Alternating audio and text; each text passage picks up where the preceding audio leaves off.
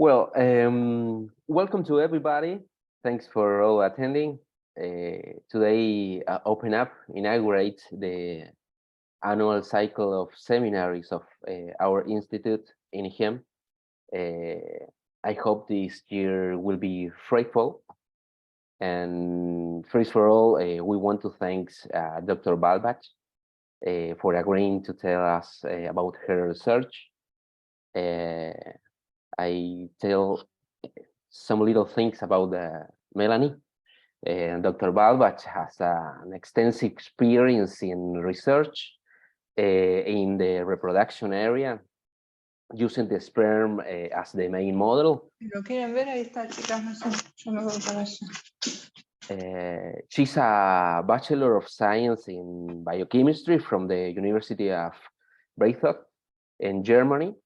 Have a Master in Science in Life and Medical Science from University of Bonn in Germany too. His PhD in Life and Medical Science, making the Center of Advanced European Studies and Research in CESAR. CESAR is good, say CESAR. Yeah, that's correct. It's the Max Planck Institute now. Ah, actually. Max Planck. Okay. They leveled up. Yeah. Okay. After I left off. Thanks. In Bonn too, Germany, and then she make a postdoctoral fellowship in the same center for a few time, and then she go to Cornell in Weill Cornell Medicine in New York to a postdoctoral fellowships where she currently works. And today, Melanie presents to us her research project that aims to develop a non-hormonal on-demand contraceptive for males. So, Melanie, thank you, and they are all yours.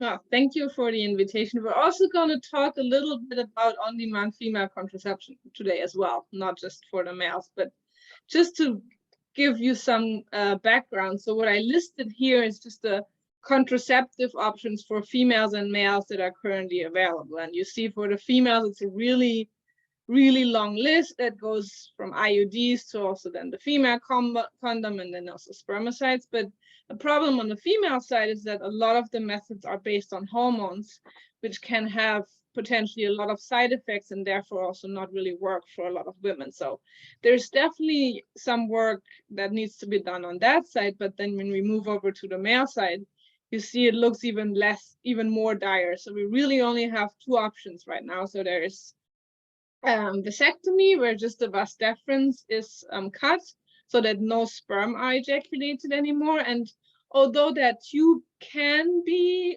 sewn together, the chances are only around 40 to 70%. So usually the doctors say, consider that a permanent method. And then on the other hand, we have the condoms, which has actually been used since 3,000 years. So that's why, oh my presentation is not moving forward. Oh, there we go. It's just stuck. So that's why that's actually a photo or joke I stole from the male contraceptive initiative. So already in Egypt 3,000 years ago, they have been using condoms, and vasectomies was invented 1830. So really since 200 years, there are no new methods for males that came to the market. And there are really shocking statistics out there that the current methods of contraceptions we have are insufficient. So I was able to find one statistics where actually also Latin America and the Caribbean was listed. So there are about 100 unintended pregnancies per 1,000 women. That actually means, because there's not always a pregnant woman, not every woman is pregnant, but about 50% of the pregnancies are unintended. And that's where we currently are, right? So we have condoms, we have pills, and then maybe some attire that's not that pleasant, but that's really it. So that's why, just really by accident, we saw the chance to develop a male contraceptive. So I'll just take you on the journey a little bit how we did that. But first, because I know the audience is not exclusively consisting out of sperm people, I thought I'd give a bit of an introduction into sperm physiology. So this is just a video of a human sperm and a mouse sperm that is tethered to the glass surface, and you can see their building plan is really simple. So they consist of a head, which contains the genomic material that they deliver to the oocyte, and then they have a really long tail that is the motor or the engine that brings the sperm to the oocyte. So I always really like to compare it to a rocket ship. Again, like the cargo in the head of the rocket ship is the DNA, and then the rest is really just the motor that moves the sperm or the rocket ship forward. The sperm are produced in the testes. So here you can see in a real life image that the testes really consists out of a long tube that is just coiled up indefinitely and then makes up that compact structure. And if you cut one of those tubes, you see that on the outer edge of the tubes are the spermatogonial stem cells. And then over time, those stem cells move towards the middle of that tube. And during that process, the sperm elongates and gets its typical shape. And then in the lumen here in the middle are the mature sperm that are then moved towards ejaculation. And again, you see here in the real life image, those blue cells are the stem cells. And then those cells that have, you can maybe see that they're those green hooks or like sickle-shaped structures. So that's the head of the sperm that is stained. So then when the sperm are mature, they move on in a second structure, which is called the epididymus. And while the sperm then travel through the epididymus, the sperm actually gain motility. So when they leave the testis, their whole building plan is finished, but they're not motile yet. So they get that while they travel through that second tube, and then they sit in that tube and wait until the sperm get ejaculated. So that's why it kind of turns from like a baby sperm stage to, let's say, the teenager stage. And then during ejaculation, usually about 4 to 30 million sperm are ejaculated per milliliter of semen. And then the job of a sperm cell, it sounds pretty easy, right? They just have to swim to the oocyte and fertilize. So in terms of distance, starting from the vagina down here where the sperm are ejaculated up to the oocyte is about 20 centimeters. The difficulty is that this is not really a straight tube. That tube actually has a lot of nooks and crevices that the sperm can get stuck in. And there's also a fluid flow that flows against the sperm that they have to swim against to swim to the oocyte. So great motility is really crucial for the sperm to get all the way up there. So to put it in perspective, what the sperm actually have to do. So this is Mount Washington in New Hampshire. And the distance of that is about 6 kilometers. When I was hiking that, it took me about 3.5 hours.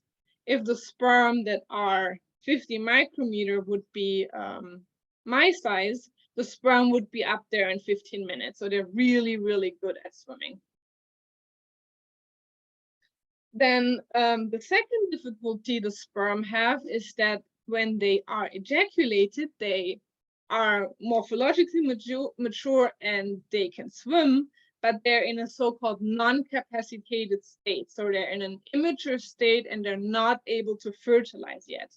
So they gain the ability to fertilize in a process called capacitation while they travel through the female genital tract. And on a signaling pathway, what happens is that while the sperm are mixed with seminal fluids during ejaculation and also in the female genital tract, there's an elevated concentration of bicarbonate. And that bicarbonate activates the enzyme that will be very important for the rest of the talk because that's actually our contraceptive target. And that enzyme is called soluble adenylate cyclase. So it's one of 10 isoforms of adenylate cyclase. It's special because it doesn't have a transmembrane domain, and it's also special because it is activated by bicarbonate. And then when SAC is activated, it converts ATP into cyclic AMP. And then that kicks off a signaling pathway, which then turns the sperm from a non-capacitated to a capacitated.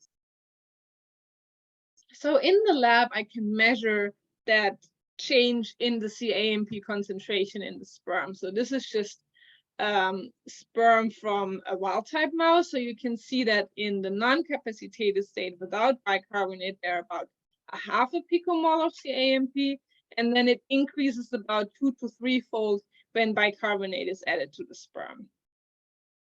But then in contrast, in our mice that lack the SAC protein, so the SAC knockout mice, you see that that CAMP increase, as you would expect, is prevented in the presence of bicarbonate because they just don't have the protein.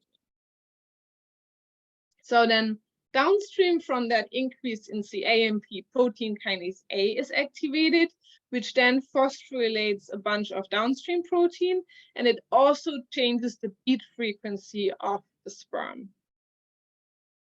So again, this is a mouse sperm that's just tethered with the head to the glass surface. So you see it has a really beautiful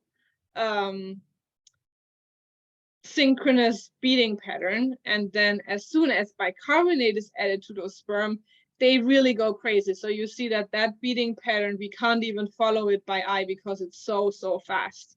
And that's actually the beat frequency the sperm need to overcome all the hurdles in the female genital tract. And then our SAC knockout mice have a problem. In addition to that lack of increase in CAMP, they also don't have that nice beating pattern. So all they're really able to do is just vibrate a little bit, so they don't really can move from A to B very effectively. So SAC is crucial for the CAMP increase in capacitation, but also for sperm motility. So we knew that for a while already. So there had been SAC knockout animals made, and what they found was that exclusively the males were 100% infertile, and actually the fertility of the females were not affected. So that shows us that SAC is crucial for the fertility of the male mice. And then a few years ago, there was a report of 2 Iranian farmers that have a mutation in the SAC gene. And those Iranian farmers were found because they presented to an infertility clinic. So they did some genetic testing, they found the mutation, and then they also found that the sperm from those men had a similar motility defect as the mice. So that was really important because that told us that function of SAC is conserved between mouse and human, and both species, and presumably also the species in between it, has a similar function for the sperm. So back then, when they first discovered SAC, they already discussed it as a potential contraceptive target, but then quickly discarded the idea when they found that SAC was not only present in the sperm, but actually in a lot of additional organs in the body. So back then there was just a dogma in the field that if it's not sperm or testis specific, it can't be targeted safely without any side effects. But then when we found that those 2 Iranian farmers actually never had SAC all their life, but they were completely healthy other than that fertility defect, we thought, well, maybe that dogma is not true. And especially if you just block SAC function temporarily, maybe we can potentially get away with some without any side effects. The other great thing we had is that we already had small molecules against SAC that were discovered in a high throughput screen. So that compound is called LRA1 after the person that discovered it. And you can see here that dose dependently LRA1 blocked fertilization. And what we also had was a crystal structure of the SAC protein bound to LRA1, and that is really crucial for the development of a compound that can then be potentially be taken by a human at the end of the day. And that's actually an advantage we have over a lot of other groups, because for some of these other sperm proteins that are crucial for fertility, there's not even a crystal structure yet, so they will not be able to do what we were, or may potentially for a long time won't be able to do what we were able to do. What we were able to do was something called structure-assisted drug design. So we actually collaborated with some chemists that looked into the binding site of LRE1 and then checked, okay, how can we modify this molecule to make it an even better fit to increase the potency of the binding. So that was kind of the beginning, and that will be the end. So the overall goal is that we develop a safe, non-hormonal, on-demand contraceptive pill. So it sounds pretty straightforward, but we actually had to make about 350 compounds to this state to get to where we are, and we're actually doing another round of synthesis. So in the end, we'll probably have like 450 compounds made until we start the clinical trials in humans. So one of the first intermediate compounds that I tested, and that was actually the one where I discovered that it might potentially work when I give it to the mice, was called TDI-10229. So I'm gonna show you a few data for that one first. So the advantage of TDI-10229 over LRE1 was that it is more potent. So you actually have to take less compound in the end to have the same effect, which is really important because we can't have the men take a bucket full of compound. It really has to be potent enough so it fits into a tiny pill. And then what is really important is that it is specific for SAC. So as I mentioned, there are 9 other AC isoforms called TMAC. So we made sure that it's not binding to any of the TMACs and causes any cross-reactivity there. But we've also tested it in a safety panel against around 750 other kinases and proteins, and we made sure that our compounds don't have an effect anywhere else. We really wanted to be specific for SAC. And then what we also have to take in mind is that the compound is metabolically stable, at least for a certain amount of time. So with everything we take into our body, it is getting degraded. So to be able to have a certain contraceptive window, the inhibitor has to be there for a certain concentration for a while. And the last point is long off rate. So I'll get to that in a minute or so, because TDI-10229 actually doesn't have a long off rate. So I'll show you in a second why that is a problem. So here you can see the crystal structure of SAC. So all those ribbons in, I guess, eggshell color or whatever that is the SAC protein. And then in red here is the bicarbonate that usually sits in that binding site. And you can see here how LI1 sits on top and essentially takes the place of the bicarbonate. So that's why the protein can't be activated anymore. And then on top of it, now you see 10229. So you see kind of here, especially that ring, it's very different from the original TDI, from the original LI1 structure. So it sits a little bit different in the binding pocket and has additional interactions. So that's why the potency was increased. We measure the protein, the efficacy and the potency of the inhibitors in HEC cells that overexpress SAC, and then just add the inhibitor and then add IBMX to inhibit the phosphodiesterase that usually degrade the CAMP. So without inhibitors, the AMP is just accumulating over 10 minutes, and then when we add different concentrations of our inhibitor, that accumulation is blocked. So that's how we get those nice dose response curves. So you see that with LI1, we have about a 10 micromolar half maximal concentration. And then you see with 10229, we shifted it about 1,000-fold to the left, which means it is 1,000-fold more potent than LI1, which was already a great jump.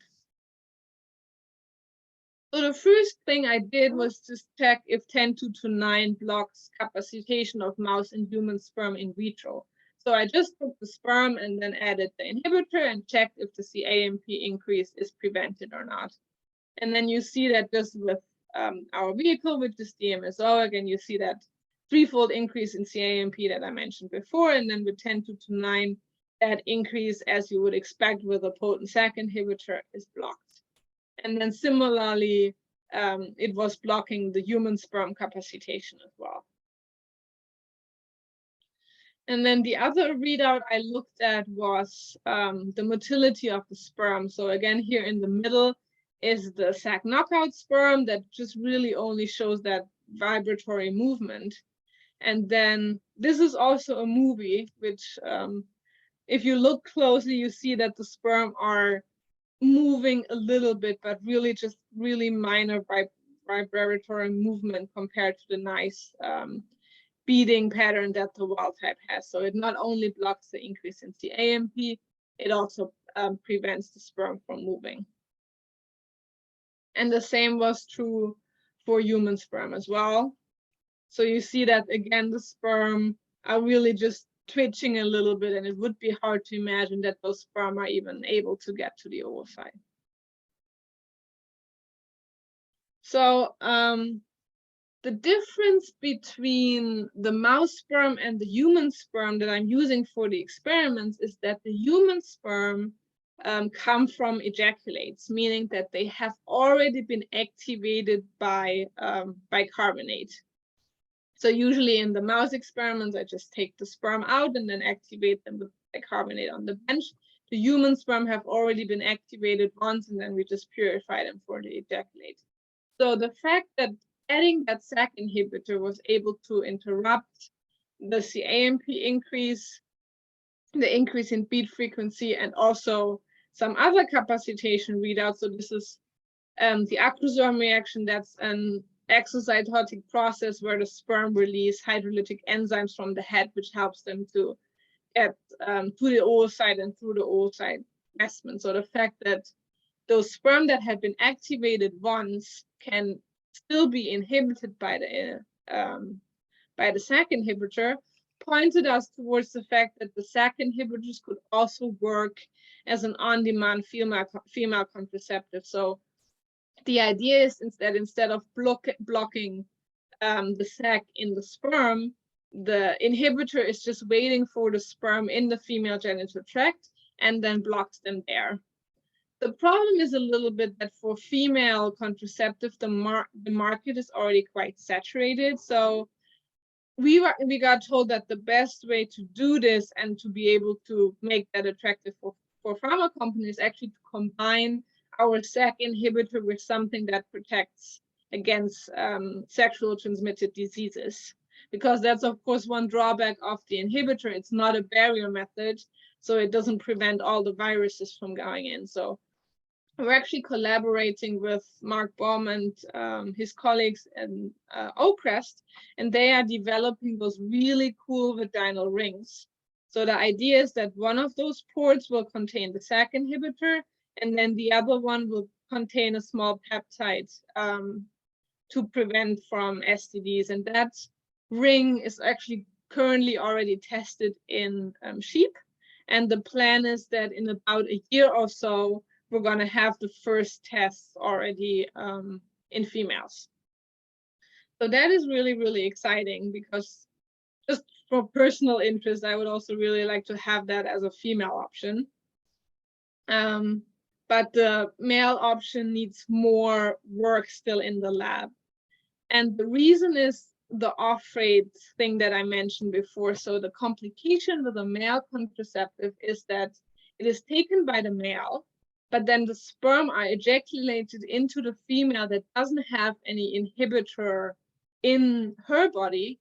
So the sperm will get diluted. And if the compound has a fast off rate, which means that it's not sticky enough, it will just fall off the sperm and won't have an effect anymore.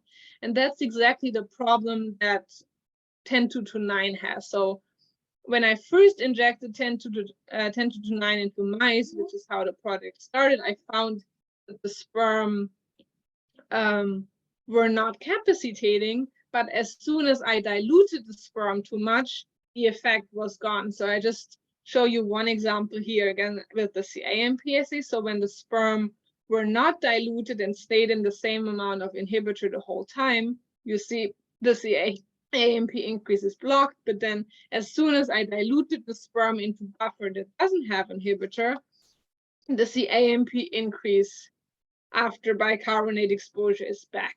So that's why for a male contraceptive 10-9, unfortunately didn't work. So we had to keep looking for additional compounds. And the one that I sat on in the end for all the mating experiments that I will show you in a second that we also published is called TDI 11861. So again, this is the crystal structure. And in gray, you see 10-9, and then in the brownish color, 11861 is overlaid. And you see that here in that top part, they're pretty much identical, but then 861 has that additional tail that reaches further into the binding pocket and interacts with additional side chains. So that makes 11861 much more sticky than 10-9 because it has all these additional interactions that 10-9 does not have. And the other advantage with 11861 is also that it is more potent. So you see, we shifted the potency a little bit further to the left. So now it's about 20,000-fold better than LRE1. And then you see that with 11861, I don't have that dilution issue anymore. So even if the sperm are diluted into buffer without inhibitor, the CAMP increase is still blocked. So because I saw that, I knew I could start testing it again in mice. And because we want to have an oral product in the end, so a pill that the men can take, I tested it in 2 different ways. So I either gave the compound to the mice orally via an oral gavage, or I just injected it systemically into their tummy. So here I normalized the CAMP increase to the non-capacitated control. So there's just a 3-fold increase when I inject only vehicle. And then when I inject 861, you see with both routes of administration, the CAMP increase is lower than 1, which means there is no increase. There was actually a slight decrease. So that was nice to know that either I give it orally or systemically, it blocks sperm capacitation either way. And then I also took the sperm out and looked at their motility. So again, on the left, we have the control after vehicle injection, and you see after oral or systemic injection, the sperm are barely moving. There's maybe one here in the middle that gets a little bit from A to B, but otherwise the sperm are really just vibrating and just sitting in one spot.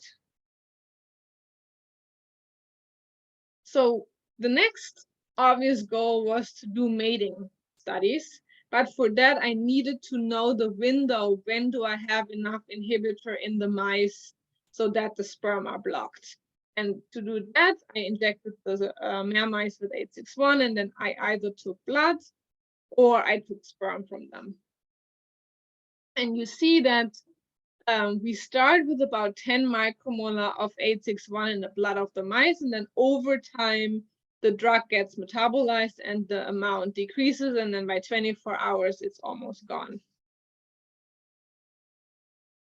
And because it is gone after 24 hours, you see that our inhibition of motility is actually reversible. So what happens is that eventually the drug concentration or inhibitor concentration in the mouse body gets too low that the sperm the sperm are no longer blocked and are just moving normally again. And I also have a quantification of this. So I've done a lot of time points, and you see that kind of when the concentration in the blood starts to decrease, the motility starts to recover. So we then figured that a mating window until about 2.5 hours post-injection would be safe, because you see that there the motility is really well blocked, and then around 3.5 hours, the motility recovers. So that's why I then did a 2.5 mating experiment. So what I did was I injected the male mice either with vehicle or with 861, and then I paired it with receptive female 30 to 2.5 hours after the injection, and then I separated them again, and then unfortunately had to wait 21 days to see if the females got pregnant. So this table unfortunately doesn't look very exciting, but the results it shows very much is. So you see that with that 2.5 or 2-hour mating window with the vehicle control, we got about 30% pregnancies with the 50 pairings I did. And then when I injected 861 and I paired until 2.5 hours, 0 out of 52 of the females became pregnant. So that's a pregnancy rate of 0% and a contraceptive efficacy of about 100%. So it really worked perfectly for that first mating window. And then I wanted to check for reversibility as well, because that's really important that we don't make the men permanently sterile. That's really not what we want to do at all. So we extended the mating window to 9 hours. And you see that here in the control, because the mice are longer together, the increase of the pregnancy rate increases a little bit. And then also in the 861 injected pairings, some of the pregnancies, some of the mice became pregnant again. So we had some breakthrough pregnancies of about 10%, which then reduced the contraceptive efficacy to about 80%. And then I also took some of those males, and then for the following 4 days, I mated them with fresh females. And you see that 13 out of the 15 matings resulted in pregnancy. So the contraceptive effect was fully reversible. So now when we look at the table, we hope that it will look a little bit better in the future. So we hope that we will develop an on-demand non-hormonal contraception for males via SAC inhibition. And we're also hoping that we can bring a product to the market that will serve as a non-hormonal on-demand female contraceptive. So I also wanted to show you a little bit of an outlook, what I'm actually doing now, because you all know this has been published in January, but I have been completed the experiments probably last year in August. So what has Melanie done in the meantime? Melanie started to work with rabbits, which has been a really big adventure in getting them to produce sperm and collect them. It has really been a while. It took a while to get it to work, but now I have really reliable male rabbits that give me semen on demand. The reason why we do rabbits is that if we want to go to the Federal Drug Administration with 861 or whatever compound we want to use, we have to show efficacy in a second animal models. And rabbits are really ideal because you can collect semen rather easily after you trained them for a while at least. And their anatomy of the genital tract is actually more similar to humans. And then the ultimate goal will be to test the inhibitor first in males to see if it is effective. The great thing is that we can just have the men ejaculate and look at the sperm, and then we'll pretty much see right away, does the inhibitor block the sperm or not. And then, of course, on the long term, we also have to do mating experiments with human where the males take the inhibitor and then they have intercourse with their female partner, and then we have to check if there are pregnancies. So that will be coming probably in the next 2 to 3 years. The fact that it works in rabbits really well is really, really promising. So I'm just going to show a few additional slides and then I'll be done. So with the rabbits, no one has really worked with them since the 60s, so I did not even know if they can be activated by carbonate. Luckily, they did. So they have like a 3-fold increase in CAMP that we saw in the mouse and the humans. And then again, if I add 861 in vitro, that increase is fully blocked. And also the motility of the sperm was inhibited with 861. Those rabbit sperm are really, really fast. So it's it's pretty much impossible by eye to see the beating pattern. But importantly, again, when I add 861, the sperm are really just only twitching, similar as the mouse and the human sperm. And then I can also rescue the motility when I just give cell permeable CAMP back. So from this, I knew that I can use the rabbit sperm as a model system to check our inhibitor. Excuse me. So then I also quantified it in sperm population. So this is just the rabbit sperm measured in a fancy microscope that tracks the movement of the sperm. So you see that in the DMSO control, you get those nice tracks of the sperm swimming, and then they also sometimes do that more hyperactivated motility, sometimes on the spot, and then also sometimes in a trajectory. And when I add increasing concentrations of 861, you see that only a few sperm are really going from A to B, and then you can also see that those tracks are much, much shorter than in the DMSO control. So it also blocks the motility in the population, and then again, I can rescue it when I give CAMP back, which is a really important control because it shows that I just did not kill the sperm, which is of course not what we want to do. Very excitingly, the same effect I also found when I just took semen off the rabbits and mixed it with inhibitor, and that similarly blocked that progressive motility, the motility from A to B. So I haven't done any mating experiments with rabbits yet, so we're going to do that in the following weeks, but I was able to again collect blood from the rabbits after injecting them with 861. And the great thing with the rabbits is that I don't just isolate the sperm from the mice, I can actually make them ejaculate and collect the semen. And that has the great advantage that I can not only get the 861 concentration in the blood, I can also get it in the semen, which is much more important because that's where we need the inhibitor. It doesn't help us if it's only in the blood, if it doesn't get to the semen. So we can first again look at motility. So this is now a sperm motility from rabbits that have been injected with 861. And this is now a little bit more messy because this is pure semen and not just isolated sperm. And you see there are a lot of those additional tiny cells in the semen that are not sperm. But I hope that you still see in the vehicle those nice tracks that the sperm are forming when they're swimming.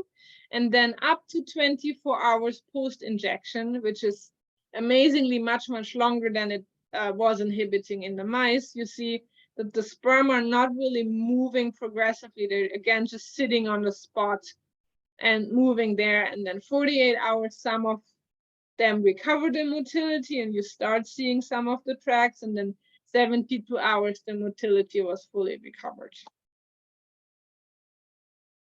And what I was also testing, because we don't really know how much the semen is diluted when it enters the female genital tract. So again, we want to make sure that the inhibitor stays on the sperm, even if the semen gets diluted out. So I did the same experiment in a 1 in 10 dilution and in a 1 in 100 dilution. You see that in both conditions, the motility is blocked. And we think, I mean, it depends who you ask. Realistically, it's probably rather a 1 in 10 in the female genital tract. 1 in 100 is really extreme.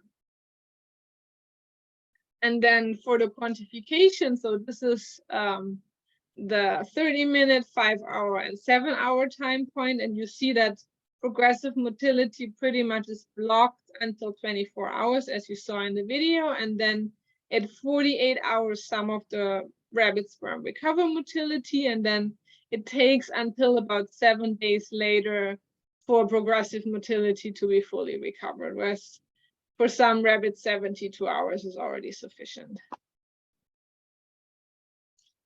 And then when we look at the so-called pharmacokinetic, so how does the 861 behave over time in the blood and in the semen, you see that 30 minutes in, we actually have the highest concentration in the blood. So we're at about 4 micromolar. And just to put it in perspective, 861 blocks at around 100 nanomolar. So we are significantly higher in concentration than what we need to block the sperm. And then when you look at the semen, which are the blue squares, you see that actually after at the next time point, sort of 5 hours, you see that the highest concentration is reached. So it means it takes a little bit from of the inhibitor to get from the blood to the semen. This is why it is so crucial to look at the semen and not at the blood, because that's really where we need the inhibitor to be. And then the great thing is about the semen is that I can also split it into a fraction. I can look only at the sperm, and I can look at the fluid that comes with the sperm that it gets mixed with during ejaculation, which is called the seminal plasma. And you see that we have also 11861 in the seminal plasma. And this is really, really great news, because it means that as long as the sperm are together with the seminal plasma, they have an inhibitor around them, which still inhibits them. And then when we compare the pharmacokinetic in the semen and the motility, we can do a so-called PK-PD relationship, which was something they like to do in pharma. So they want to see, okay, what is the concentration in the body when we still have an effect, and at what concentration do we lose the effect? And we saw that between 24 and 48 hours, the rabbit sperm regained their motility. So that means that as soon as the concentration goes lower than about 0.1 micromolar, the inhibitor starts to lose its effect. And that is really helpful for us, because now we can just test different inhibitors and look at how much is in the semen. And then depending on how the concentration is, we can extrapolate, will that have an inhibitory effect or not? And this is now also crucial to plan the mating experiments with the rabbits. So what we're planning right now is to mate them at 5 hours post-injection, although I will have a 2.5 hour time point in a few weeks as well. So we're going to test it. We're going to mate them somewhere here, and then we're going to mate them again about 5 days later to test for recovery of the fertility of the males. So with that, I'm at the end. I have to thank, of course, the Levin Buck Lab. Lonnie Levin and Jochen Buck have been the most amazing mentors. And although we have never planned to work on a contraceptive, everyone is fully on board, and we're working full speed to really make this happen. Thomas Rossetti is now actually he's a postdoc in the lab. He just defended his PhD. He did all the off-rate stuff, comparing the different compounds and testing which one is the most sticky. So that's really how we chose 861 for the following experiments. Then, as I mentioned, we had a lot of chemists, or still have a lot of chemists, work with us, and we actually have something called a Tri-Institutional Drug Development Institute that is associated with Cornell, Rockefeller, and MSK, and their job is to help the basic biology lab to turn their compounds into a drug. So they have been incredibly helpful, and without them, we would have never been able to do it. And then I received generous funding from the Male Contraceptive Initiative. So I just put Logan's picture there because he's the program director, but really the whole team is fantastic. And then Lonnie and Jochen have been supported by the NICHD with a so-called P50 grant that enabled us to do all the study, because it was really expensive. It's gonna get even more expensive once we move towards clinical trials. yeah, so I have a few slides because I'm always get asked if would men take this and would women really trust the male. So there was a study done worldwide in 8 different countries with 10,000 men each. And there was a really high willingness to use a male contraceptive at some point. And when the female partners were asked, there was also a really high response rate, and the female partners really liked the idea of the men supporting them taking some of the contraceptive burdens off of them. So in short, the answer is that yes, men really want a male contraceptive, and yes, the female partners would trust them to take it. So yeah, thank you very much.